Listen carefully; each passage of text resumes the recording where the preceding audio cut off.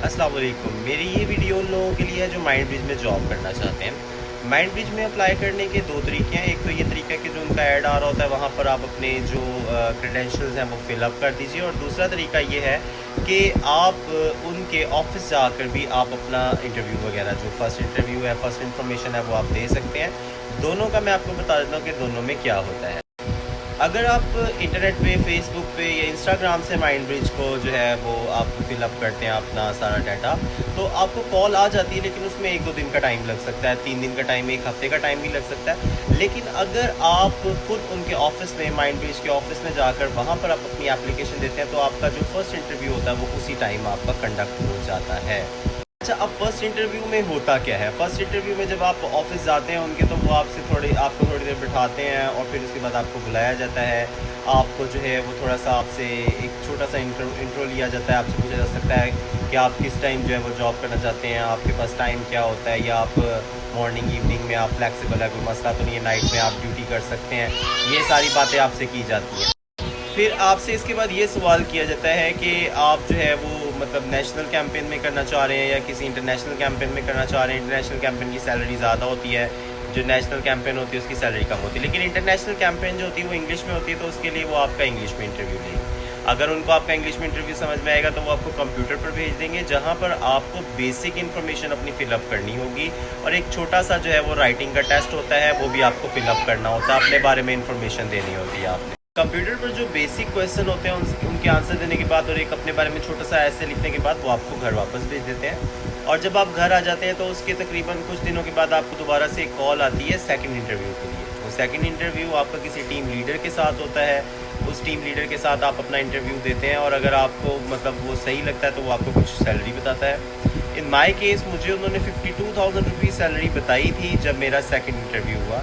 और second interview के बाद उन्होंने मुझे कहा कि फ़र्स्ट मंथ आपकी ट्रेनिंग होगी और उसके अंदर आपको जो है वो सैलरी मिलेगी सिर्फ 30,000 के बराबर, और आपको इंसेंटिव्स कोई नहीं मिलेंगे। और उसके बाद उन्होंने मुझे कहा कि आपको बता दी जाएगा अगर आपको बुलाना होगा तो।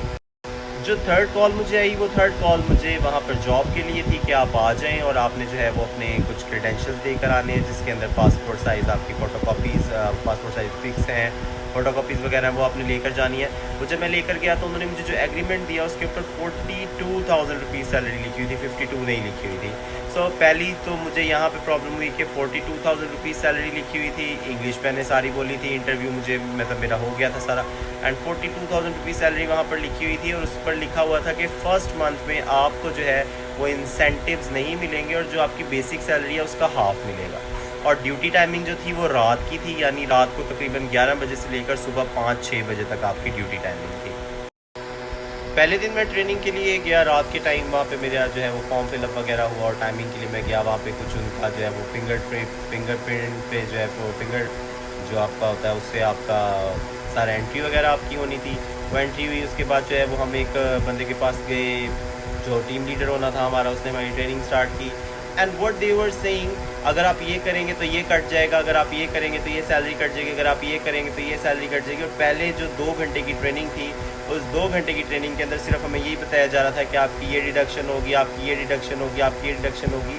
और ओवरऑल मैं पूरे टाइम में वहाँ पर बैठकर एक अपने जहन में एक अंदाज़ा लगा रहा था कि अगर मुझे इन्होंने 15-16,000 देना है पूरे मंथ में, और ये कटिंग हो गई, और ये कटिंग हो गई, और ये कटिंग हो गई, और ये कटिंग हो गई, तो इसके बाद मुझे क्या मिलेगा? तो जो मेरा जो एक ओपिनियन है, जो मेरा व्यू है या रिव्यू है माइंड ब्रिज के बारे में, वो यही है कि माइंड ब्रिज में जो लोग बिल्कुल फंसे हुए हैं वो शायद, तो मेरा रिव्यू ये है कि जो लोग बिल्कुल फंसे हुए हैं या अपना मतलब बहुत मजबूर हैं, वो शायद वहाँ पर जॉब कर सकते हैं। लेकिन कोई ऐसा शख्स जो थोड़ा बहुत भी अपनी फैमिली की साइड से इजी है, उसके लिए ये जॉब करना मेरा ख्याल है थोड़ा सा डिफ़िकल्ट होगा। तो बाकी आप अप्लाई करें, अपनी अपनी किस्मत होती है, अपना अपना नसीब होता है। माइंड ब्रिज दिखने में एक अच्छी कंपनी है और इंटरनेशनल कंपनी है, उसमें फ्यूचर कई लोगों का बहुत अच्छा होता है। लेकिन इसके अंदर ये है कि आपको बहुत ज़्यादा बंद कर काम करना पड़ता है, और बहुत रूल्स एंड रेगुलेशंस है माइंड ब्रिज कंपनी के। अगर आपको मेरी ये वीडियो पसंद आई है तो आप इस वीडियो को लाइक कर दीजिए और मेरे चैनल को भी सब्सक्राइब कर दीजिए। मैं और बहुत सारी कंपनीज़ के बारे में रिव्यू बनाऊंगा, क्योंकि मैंने बहुत सारी कंपनीज़ के इंटरव्यूज़ दिए हैं इन पिछले कोरोना के 2-3 सालों में। तो इंशाल्लाह मैं आपको बाकी कंपनीज़ के बारे में और बिज़नेस के बारे में भी गाइड करता रहूँगा। और जो मैंने ये चैनल अब बिज़नेस वाली साइड पर भी इसके अंदर थोड़ी सी वीडियोज़ डालना शुरू की है, तो आप मेरे चैनल को ज़रूर सब्सक्राइब कर दीजिए। Thank you so much. अल्लाह हाफिज़।